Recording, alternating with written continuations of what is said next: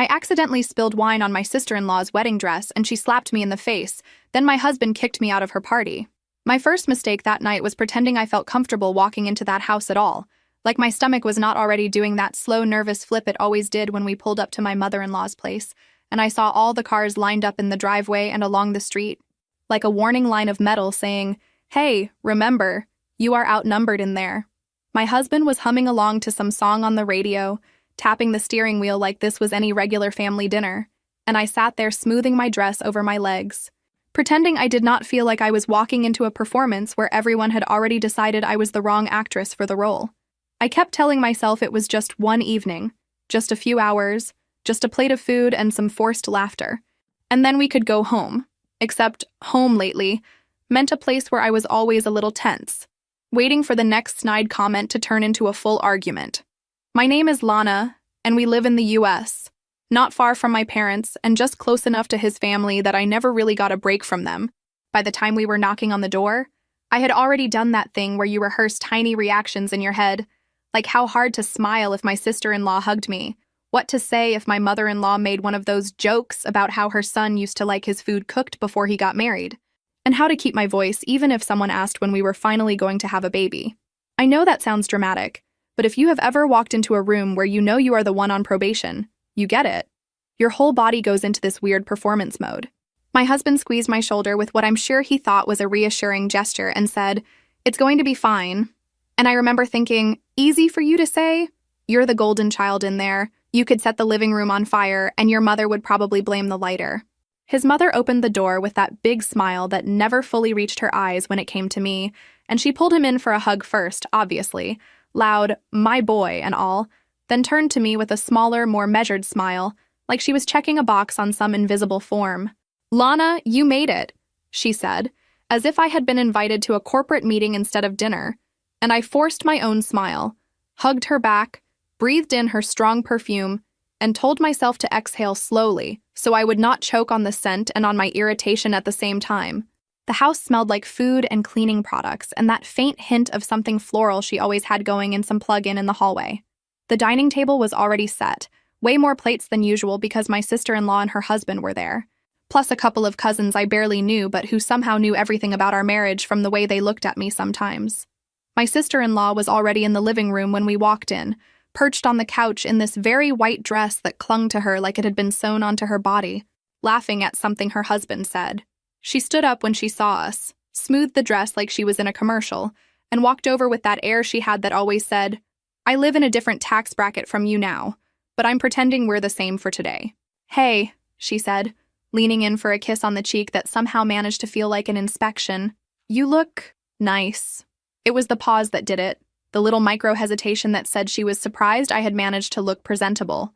I told her she looked nice too, which was objectively true, and I tried very hard not to picture spilling anything on that perfect white fabric, because I have a bad habit of thinking about the worst-case scenario like my brain is doing its own dark comedy show in the background.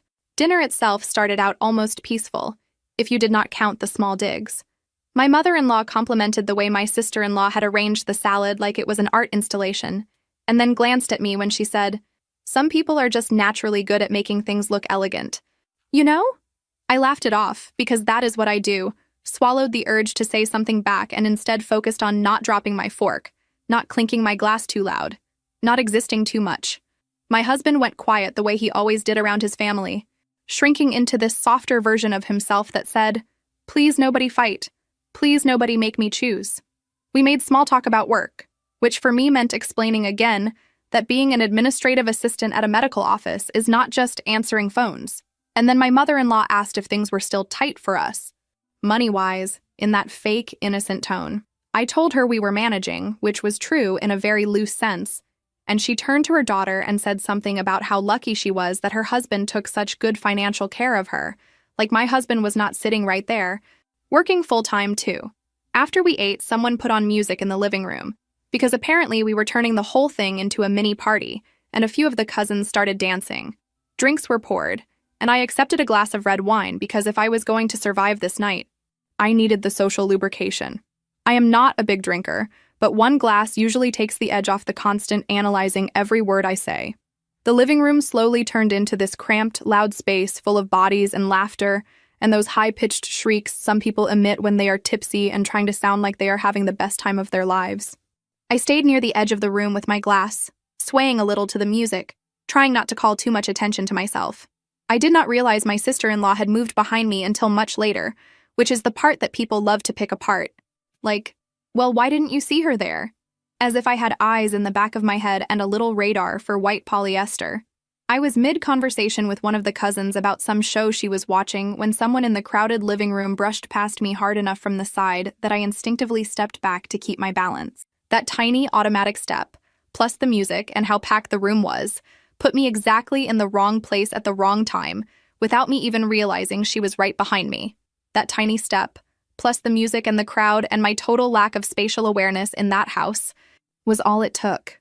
My elbow jerked, my glass tipped, and in what felt like slow motion, I watched this deep red arc of wine fly out of the cup and land straight across my sister-in-law's chest and stomach, soaking her perfect white dress in ugly stains that spread like ink. For a second, there was silence in my head, like the sound had been turned off, and then she started screaming like I had done it on purpose to humiliate her, instead of accidentally baptizing her dress in Merlot.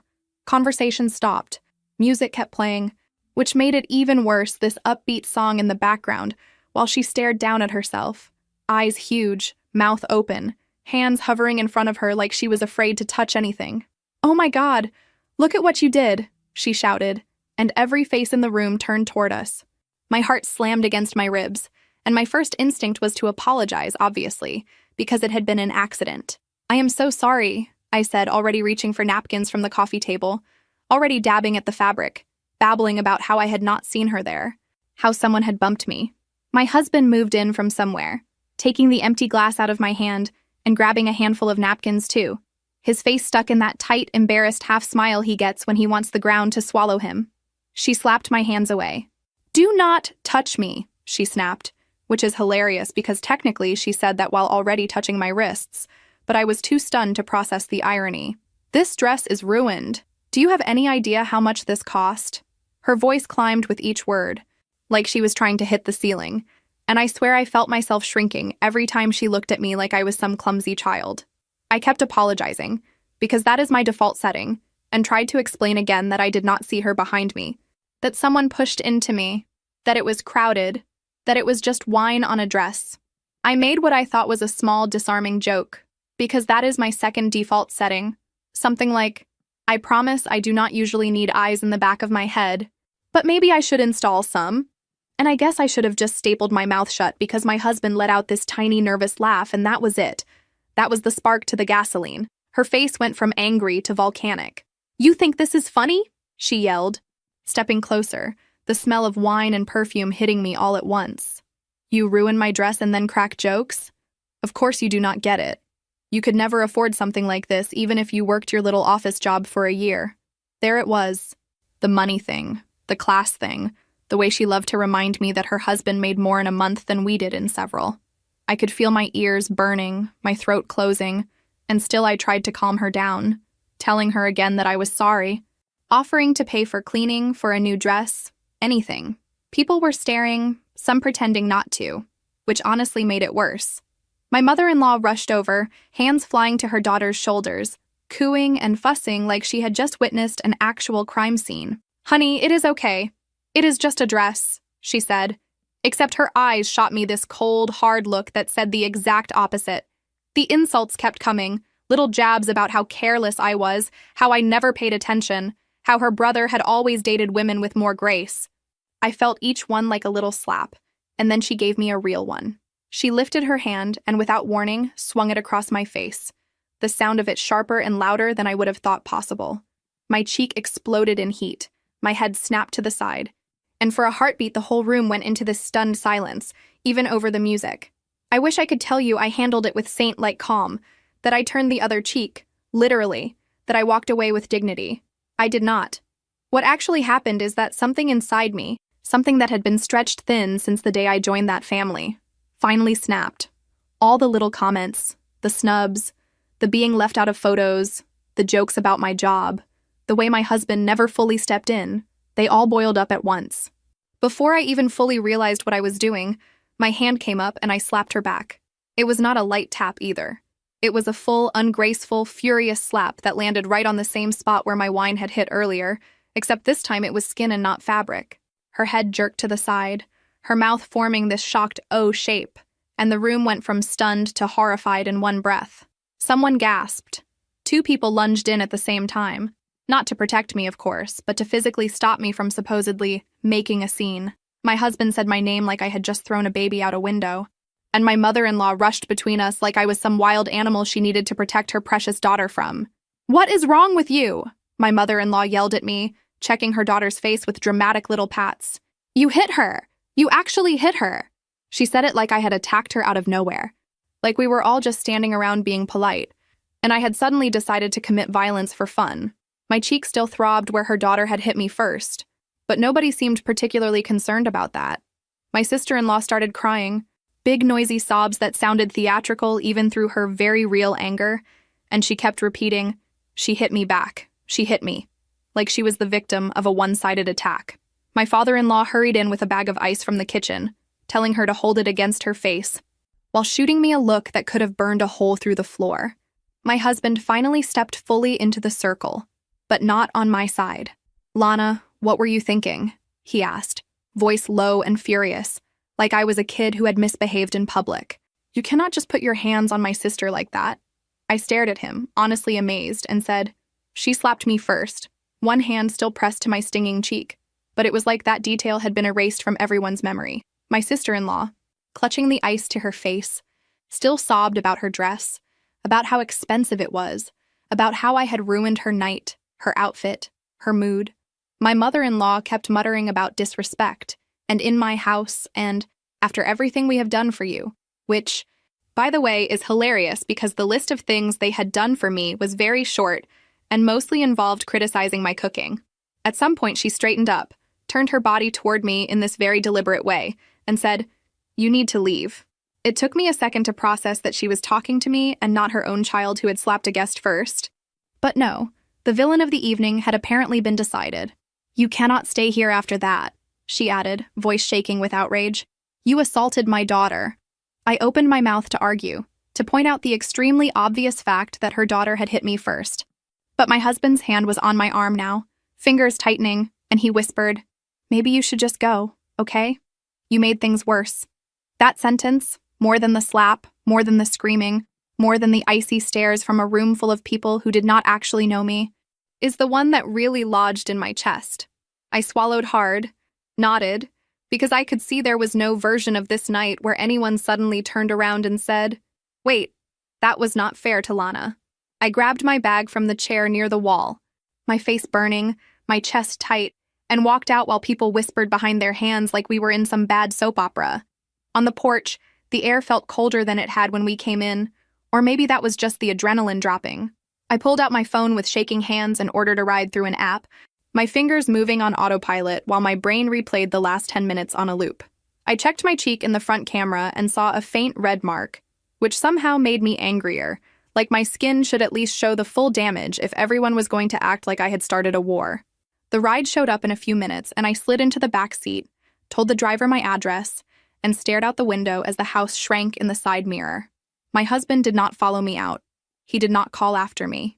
He stayed in there with his crying sister and his furious mother and his father, who was acting like the dress had been a family heirloom soaked in blood instead of fabric covered in wine. On the way home, my mind did what it always does when something huge blows up. It started pulling up old files from the brain archive.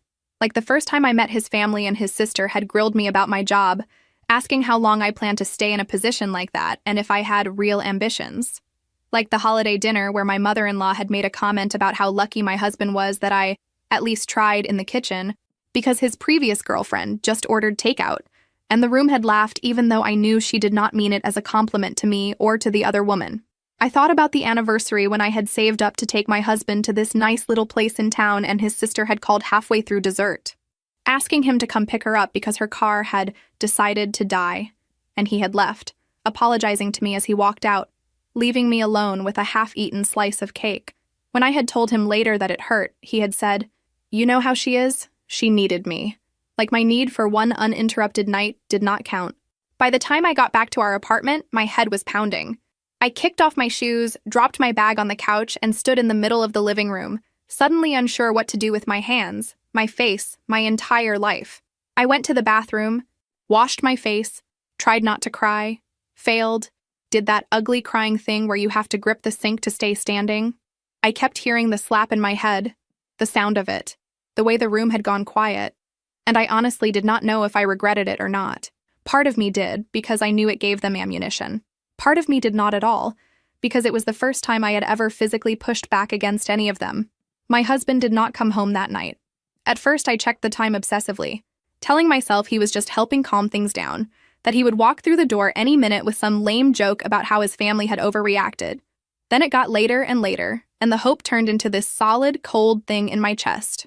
When my phone finally buzzed, around the time I would usually be brushing my teeth and scrolling aimlessly before bed, it was a voice message from him. I stared at the screen when I saw it, thumb hovering over play. I did not want to hear his voice say something I could not unhear. But of course I listened, because I am me, and I always listen. His tone in the message was tired, annoyed, and, honestly, condescending in that way that makes you feel like you are a teenager being lectured by a guidance counselor. He said his sister was really upset and that his parents were in shock, as if the person whose face had been slapped first was not sitting alone in our apartment listening to this. He said, "You should not have hit her back, Lana. That is not okay. I know she should not have hit you either. But you are older. You should have kept it together." I actually laughed when he said that. This bitter little sound that did not feel like it came from me. Older by what? A couple of years? And even if I had been 10 years older, how exactly does that make it okay for someone to hit me and not expect anything? He went on about how his sister was talking about pressing charges, about calling a lawyer, about not letting this go, and that his parents were supporting her. He said he was going to stay over there that night because she was a mess and they needed him. Then came the punchline, the part that really told me where I ranked in that hierarchy. It would help a lot if you apologized to her. Like, really apologized. Maybe we can avoid things getting ugly. I paused the message halfway through, walked around the living room in a circle, then pressed play again, as if hearing it a second time would make it sound different. It did not. He finished by saying he did not want to see this tear the family apart, that we needed to be reasonable, and that he loved me, but I had put him in a very difficult position. I love how people like to say, "You put me in a difficult position," when what they really mean is, "You forced me to show you where my loyalty actually is." I did not reply that night. I put my phone face down on the coffee table, turned off the lights, and lay on the couch instead of the bed, because somehow the bed felt too much like us, and I was not sure what us even meant anymore. I stared at the ceiling in the dark, thinking about how many tiny choices had led me here, from saying yes to that first date with him, to saying yes to moving in together, to saying yes to marrying into a family that had never truly accepted me as one of theirs. By morning, the part of me that always tries to make things work had already started drafting apology speeches in my head, while the other part, the one that had slapped back last night, sat in the corner with her arms crossed, glaring. The two halves fought while I packed a small overnight bag. I did not exactly plan it like a dramatic exit. It felt more like survival. I grabbed a few clothes, basic toiletries, my work laptop, important documents I did not want to leave lying around, and put them into 2 bags. I left a note on the kitchen table, not some cinematic goodbye letter, just a few lines saying I needed space and was going to stay with my parents for a bit. Then I called a ride again because I live in a country where public transportation exists mostly as a rumor in certain neighborhoods, and headed to my parents' place across town. My mother opened the door in pajamas, her hair pulled up, surprise all over her face when she saw the bags. "What happened?" she asked, turning immediately protective in that way she has, even before she knows the details. I told her I would explain inside, and once we were in the living room, she sat on the edge of the couch while I paced and spilled everything. The wine, the dress, the slap, the second slap, the way everyone had turned on me, the message from my husband. By the time I finished, my throat was raw and my mother looked like she was trying very hard not to go drive over to my mother-in-law's house and start her own war. "She hit you first," she kept repeating, like saying it enough times might make it matter to someone other than us. "And your husband did not defend you? Not once?" When I shook my head, my father, who had been listening from the hallway, came in with his jaw clenched. "I am calling him," he said, pulling his phone out. My mother put a hand on his arm and said, "Wait, you are angry." And he said, "Yes, I am angry. What of it?" He called anyway, because my father is not really a wait until you calm down kind of person when his kid is crying in front of him. I sat there listening to one side of the conversation, my father's voice hard as he told my husband that hitting me was unacceptable, that standing there while his sister hit me was unacceptable, that expecting me to grovel after being hit was, you guessed it, unacceptable. From the short pauses and my father's expressions, I could tell my husband was saying all the usual things on the other end, about not wanting to escalate, about family being complicated, about me overreacting. My father finally said, "She is staying here for now. We will talk about next steps when you are ready to take responsibility for your part in this," and hung up before my husband could respond. Later, when it was just me and my mother again, she sighed and said the thing mothers say when they are trying to be honest but gentle. "You know I never liked the way they treated you," she admitted. "I kept hoping it would get better after the wedding." I laughed at that, wiped my nose, and said, "Yeah, I kept hoping that too." Then, because I needed to hear it from someone else, I asked, "Do you think I was wrong to slap her back?"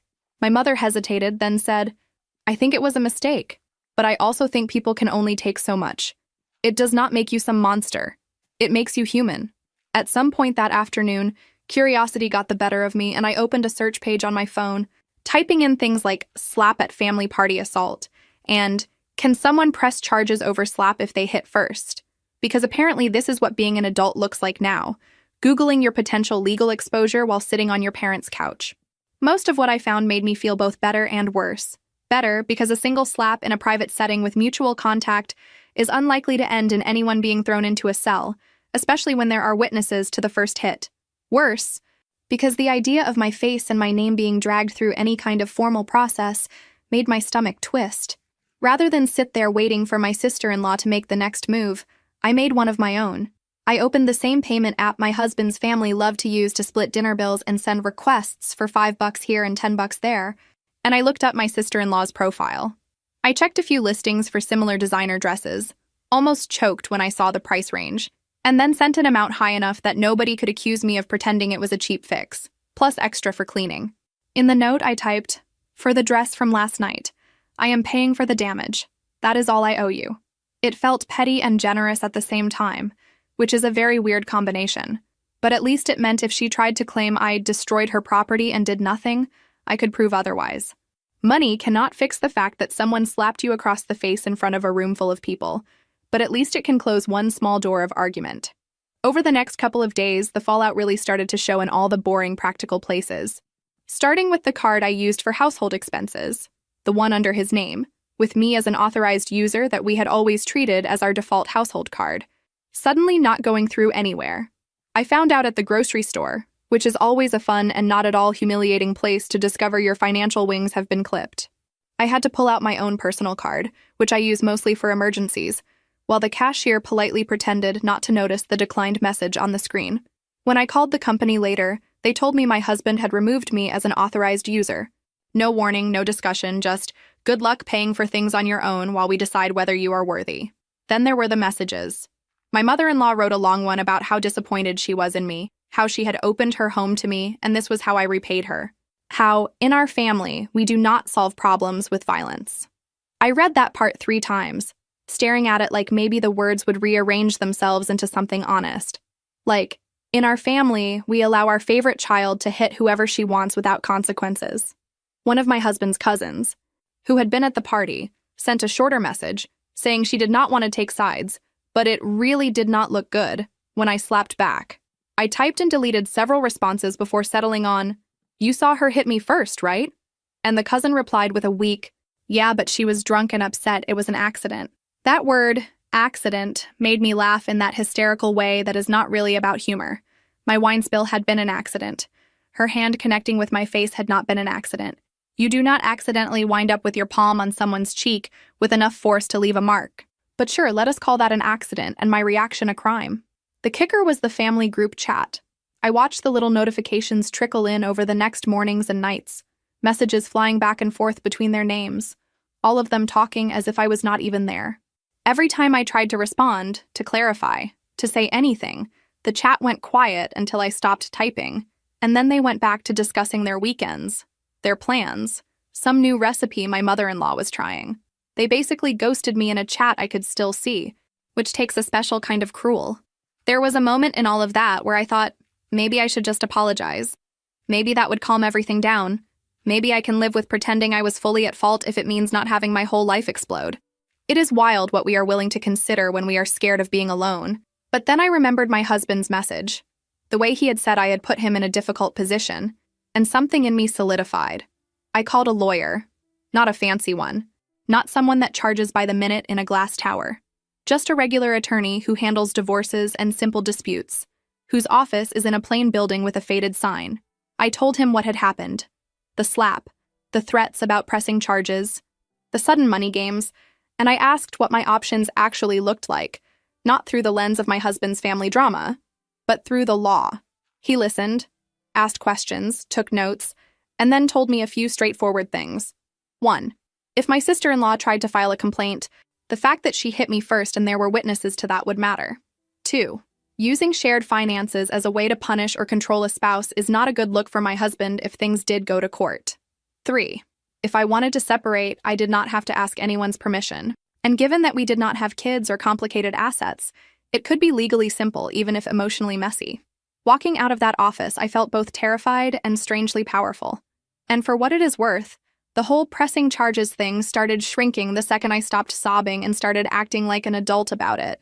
I wrote down dates, saved screenshots of those messages, kept the payment receipt for the dress money, noted who had been in the room, and then refused to answer anything that was just bait. People calm down fast when they realize you are keeping records. And that, more than any speech, shook something loose in my brain. A week and a half after the slap, my husband texted me asking if we could meet in person to talk. I agreed, because I am not a fan of ending entire marriages over text, tempting as it may be. We chose a neutral coffee shop halfway between my parents' place and our apartment. When I walked in, he was already there, sitting at a table with 2 cups in front of him, 1 black coffee for him, 1 something sweet with foam for me, like he always ordered when we were still good. For a second, my chest hurt with nostalgia, but then I remembered why we were there. He looked tired, which good, because so was I.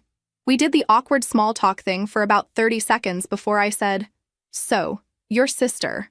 He sighed like a man who has been through a hard week at some noble job instead of a man whose wife got slapped at a party. "She is still really upset," he said. "She keeps talking about the dress, about how you humiliated her in front of everyone." "I humiliated her," I repeated slowly, because sometimes you have to savor the absurdity before you swallow it. "She slapped me first, in front of everyone. I humiliated her by not just taking it quietly." He ran a hand through his hair, that nervous habit he has, and said, "I am not saying she was right to hit you. She was drunk, she was emotional, but you could have walked away.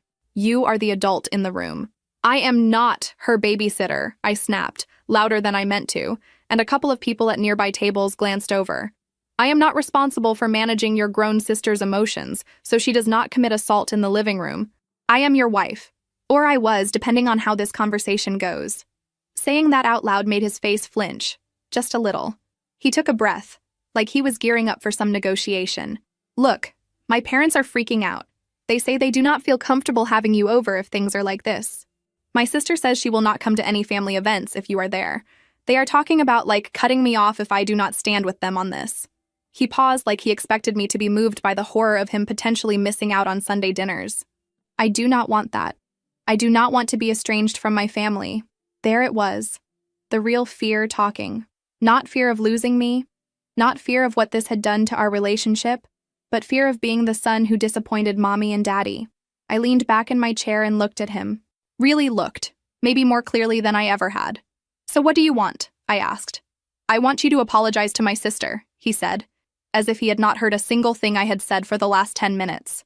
"Like, really apologize. In person. Show her you regret what you did. My parents think if you do that, she will drop this whole idea of going to a lawyer.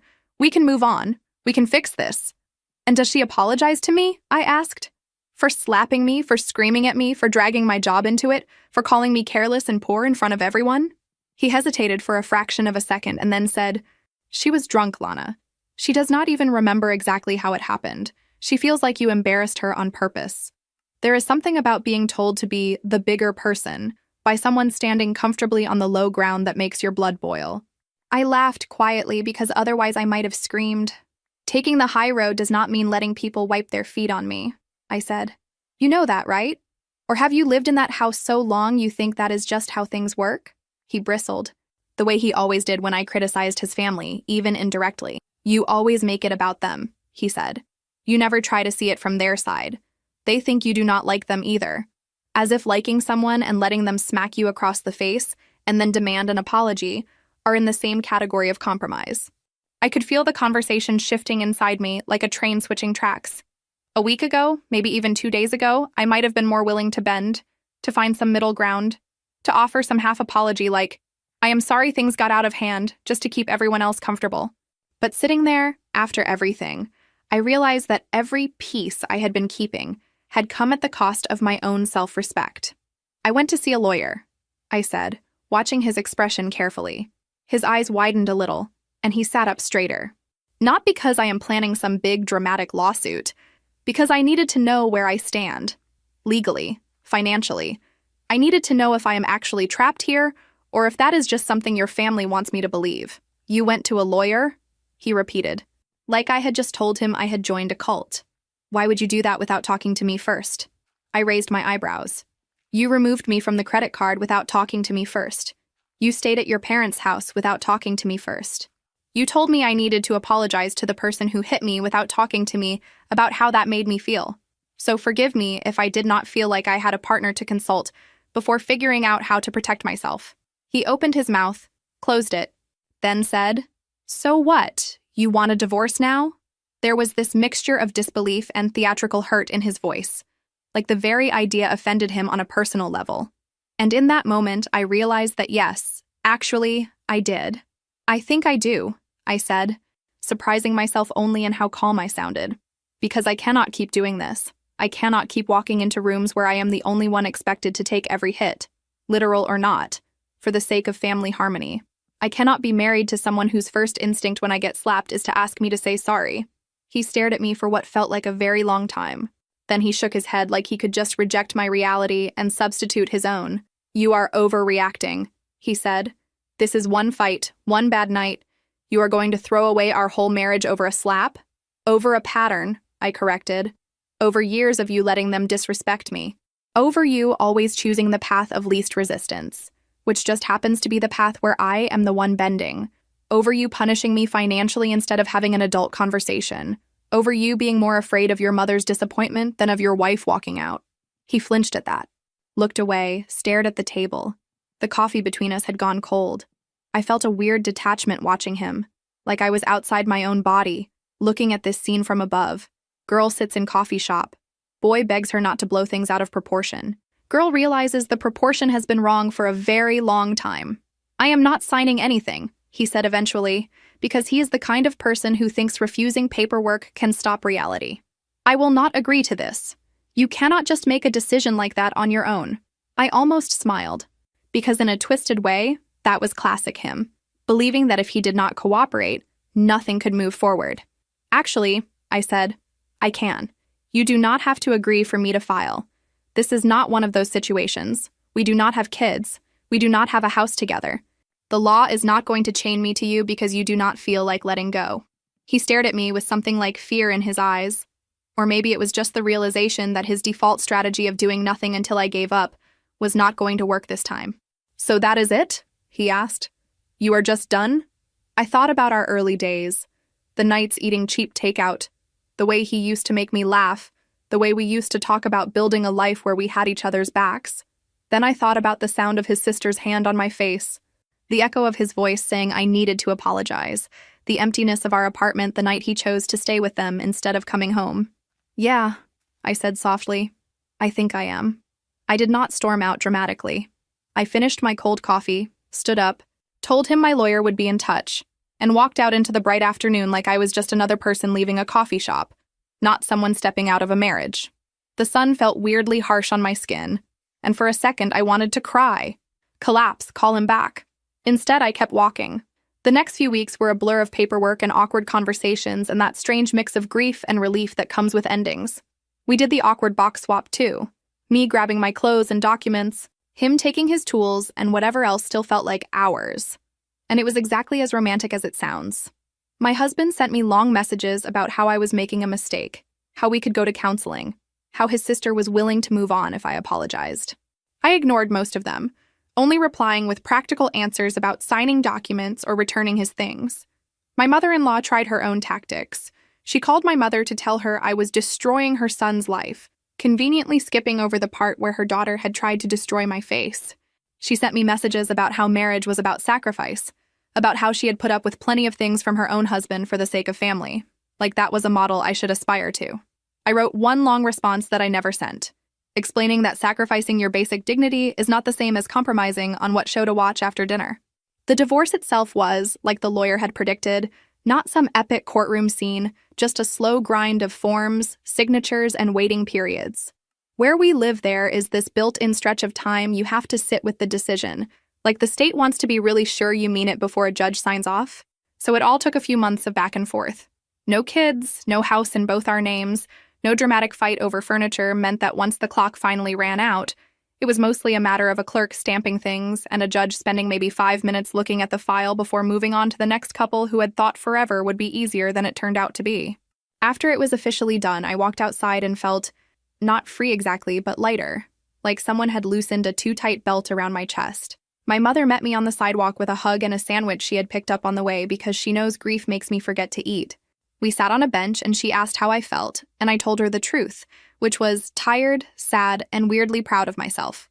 A few weeks after the papers were signed, my sister-in-law's husband sent me a message asking if he could drop something off. He showed up looking more wrung out than angry, handed me a small box of snacks and a card, and said he had moved out for a while after another explosion at their house. He told me a counselor had made him replay that night in the living room, and that the more he thought about it, the more it bothered him that everyone had expected me to just stand there and take it. He said he was sorry for staying quiet and wanted me to hear at least one person from that side say it was wrong. I believed him, and it did help, but I still did not invite him in. I was done being the unofficial emotional sponge for that household. Life did not instantly become some empowering montage after that. I still had to work every day, answering phones and scheduling appointments at the medical office. Still had to pay rent on the small apartment I eventually moved into on my own. Still had nights where I lay awake replaying the good moments of my marriage and wondering if I had pulled the plug too soon. But then I would remember that party. The slap. The way his fingers dug into my arm as he told me I had made things worse. And the doubt would quiet down. Months later, his name popped up on my phone. The text said, "Hi, Lana. Do you have a minute?"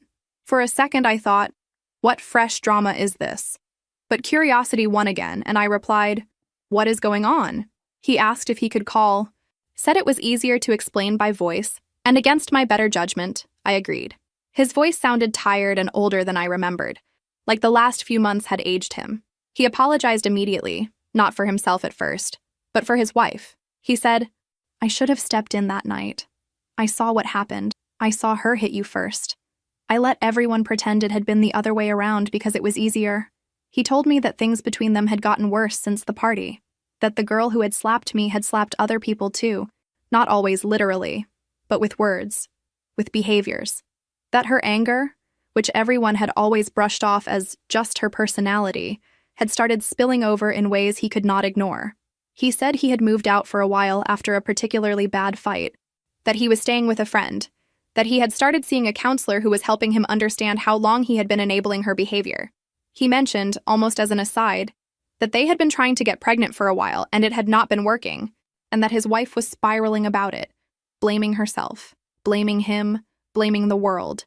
I could hear in his voice that he felt guilty even bringing that up to me, like he knew there was a part of the old me that might have softened at that and said, "Oh, that is so hard." I will be honest with you, I did not feel much sympathy. I know that makes me sound cold, but it is hard to dig up compassion for someone who saw your face as an acceptable place to land their frustration. He said, "I know you probably do not care about any of this, and you have every right not to. I just needed to say I am sorry for not speaking up, for letting you be the villain in a story where you were not the only one at fault." He also said something that stuck with me. "Your leaving shook them more than they will ever admit. They thought you would swallow it. They always think people will swallow it." I thanked him for the apology. I told him that, honestly, it had been a long time since I had spent energy thinking about that house or the people in it. That was not entirely true, but it felt true enough that day. I told him I hoped he figured out what he needed to do to be okay, and that I was not the right person to give him advice. We hung up after that. Two people sitting in different parts of the same city, connected only by the ghost of a family dinner gone wrong. Sometimes, when I am alone in my little apartment, eating takeout on the couch and watching some show where characters forgive each other a little too easily, I think about that night again.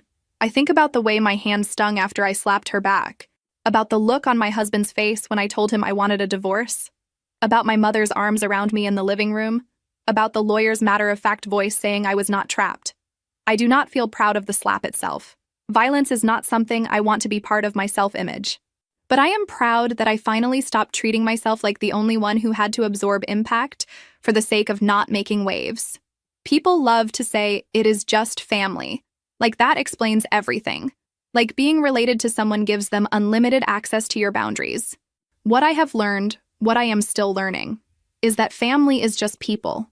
People who can be kind or cruel, selfish or generous, loving or awful. And I get to decide, for the first time in a long time, which people I let into my life, and which ones only exist anymore as characters in a story I tell to remind myself that I did not imagine it, that it really happened, that I really walked away. And because life does not stop just because one story ends, there were still bills to pay, shifts to cover, appointments to schedule, laundry to do, all the boring little things that keep you tethered to the planet when part of you feels like you should have gotten some dramatic soundtrack and a fade to black. Instead, I had fluorescent lights at the medical office and a sticky desk phone that always rang at the worst possible moment, and a manager who thought being 5 minutes late from lunch meant I was on the brink of spiraling into chaos. The first day I went back to work after the divorce was finalized, my coworker looked at me over the edge of her computer monitor and said, "You look different." I asked if that was code for, "You look like you have been crying in your car," but she shook her head and said, "No, like lighter or something. Did you get a haircut?" I had not. I just was not carrying an entire extended family on my shoulders anymore. I shrugged and said, "Paperwork got signed," which is not the most poetic way to describe the end of a marriage, but it was the truth. There were still moments where the old patterns tried to creep back in. A patient yelled at me once because their insurance did not cover something, and they decided the person picking up the phone must have direct control over national health policy. The old me would have apologized 100 times and gone home feeling like I had personally failed them. The slightly newer me took a breath, kept my voice calm, and said, "I understand you are frustrated, but do not speak to me like that. I am trying to help you." My hands were shaking a little, but I did it. Later in the break room, I laughed with my coworker about how I had just drawn a line with a stranger more easily than I ever had with my own ex-husband's mother. On weekends, I went to my parents' house for dinner a lot more. My mother would make something that reminded me of childhood. My father would insist on sending me home with leftovers in plastic containers that multiplied in my fridge, and we would talk about everything and nothing. Sometimes an aunt or cousin would be there, and somebody would inevitably ask, in that nosy but loving way, "Have you heard from him?" Meaning my ex. I would say yes or no depending on the week, and there would be a round of clucking tongues and a few jokes about him regretting it when he realized what he had lost. But nobody ever told me I should have stayed, that I should have tried harder to make his family like me. One night, my uncle made a comment at the table about how marriage is hard, but you have to endure it. And for a second, I felt that old sting, like maybe I had failed some test. Then I looked around and saw my parents watching me, not with judgment, but with this quiet support, and I said, "There is a difference between working through problems and letting people treat you like you are disposable. I am done with the second thing." The table went a little quiet. Then my aunt raised her glass and said, "Amen to that." And the conversation moved on. Nobody banned me from their house. Nobody told me I had made things worse. It was such a small, normal moment, but it felt like a tiny repair in my brain. Every now and then, late at night when my brain wanted something to chew on, I would type in their names and scroll. I saw pictures from birthdays and holidays, my ex smiling with his arm around his sister, my mother-in-law's captions about family first, and nothing more important than being together. Sometimes I would feel this weird hollow ache in my chest, like I had been cut out of a photograph and the outline was still there. Other times I would roll my eyes so hard I thought they might get stuck. One post in particular stuck with me for days. It was a picture of my sister-in-law in another white dress, not quite as dramatic as the one from that night, but close. The caption was something like, "Some people try to bring you down, but you just keep shining," with a little line about true elegance cannot be ruined. It did not mention me by name, obviously, but I could feel the subtext all the way through the screen. I stared at it for a long moment, thumb hovering over the block button, and then I put my phone down and went to wash the dishes instead. The next morning, I finally muted all of them. Not blocked, because a tiny petty part of me still wanted to know if any of them ever posted something like, "Remember that time we were all wrong?" But muted, because I did not need their curated life cropping up between videos of pets and recipes every time I tried to relax. Therapy helped too, even though I went in half skeptical at first. I sat on a couch in a small office that smelled like tea and old books, across from a woman who asked me questions that made me feel both seen and uncomfortably exposed. She asked about my marriage, of course, but also about my childhood, about how conflict was handled in my family growing up, about who was allowed to be angry and who was told to be the bigger person. Turns out I had been training for this role long before I married into that family. We talked about the way I used jokes to diffuse tension, how often I apologized for things that were not my fault, how quick I was to believe that if someone was unhappy, it must somehow be because I had failed them. At one point, she said, "It sounds like you learned that smoothing things over was your job." And I laughed and said, "Congratulations, you have just met the employee of the month." I cried in that office more times than I would like to admit, but I also laughed. And slowly, session by session, the slap became a moment in a larger pattern instead of the defining drama of my life. My ex did reach out again, more than once. The messages shifted over time. At first they were angry, accusing, full of lines about how I had overreacted and ruined everything. Then they got softer, more pleading, telling me he missed me, reminding me of our early days, promising his family was willing to start fresh. He never used the words, "I was wrong," though. Not once did he say, "I should have defended you." It was always, "We all made mistakes," in that vague way that spreads blame around, until nobody has to actually hold it. One afternoon, months after the divorce, he called instead of texting. I almost let it go to voicemail, but something in me wanted to hear what his voice sounded like now. He sounded tired, stressed, and for a second, my heart did that little nostalgic twist again, remembering late nights when we were broke and laughing and in love. Then he said, "Things have been really rough since you left," and not in a "my eyes are opened" way. More in a "I want to vent to you about the family you escaped" way. He told me his sister had gotten into a bad fight with their mother over something small that had turned big, that she had thrown a glass against the wall, that their father had finally yelled back instead of babying her, that the house had turned into a war zone for a week. "Sometimes I think you leaving started all this," he said. And for a second I almost took that as blame, until I realized there was another way to hear it. "Maybe me leaving just meant nobody was there to absorb it for them anymore," I said. There was a pause on the line, long enough for me to wonder if he had hung up. Then he sighed and said, "Maybe." It was the closest he ever came to acknowledging what my role had been in that mess. He asked if we could meet, just to talk, just as friends, just to get closure. I told him gently but firmly that my closure had come in the form of a stack of signed papers and a life I was patching together without him. "I hope you figure your stuff out," I said. "I really do. But I cannot be the person who listens to you complain about the house I used to be emotionally trapped in. That is not fair to either of us." He sounded hurt, but he did not fight me on it. We said goodbye. I hung up and sat on my couch staring at the blank television screen for a while, letting the quiet settle around me. Then I got up, made myself some dinner, and put on a show that had nothing to do with family drama, just people baking elaborate cakes and being nice to each other for a change. The first big holiday season after the divorce was strange and a little raw. I had spent so many years splitting time between my parents' house and my in-laws' house, juggling schedules, trying not to offend anyone with whose table I sat at and for how long. Suddenly, I had exactly one place to be, and there was a certain relief in that. No frantic clock watching, no forced smiles in living rooms where people wanted me to shrink. Just my parents, a couple of relatives, and me. On Thanksgiving, my mother brought out a bottle of red wine and raised an eyebrow at me with a tiny, mischievous smile. "You sure you are okay with this?" she asked, waving it like a prop. "We can keep it away from white dresses." I burst out laughing. Real laughter this time. Not the brittle kind. "As long as nobody slaps anyone," I said. "I think we are good." My father, who had been unusually quiet about the specifics of the slap beyond his initial anger, reached over and squeezed my hand. "Nobody is slapping my kid in my house," he said. "If they try, they can see themselves back out the door." It was such a simple sentence, but it hit me right in the chest. The younger version of me, the one who had tried so hard to earn that kind of protection from my ex's family, felt seen in a way she never had over there.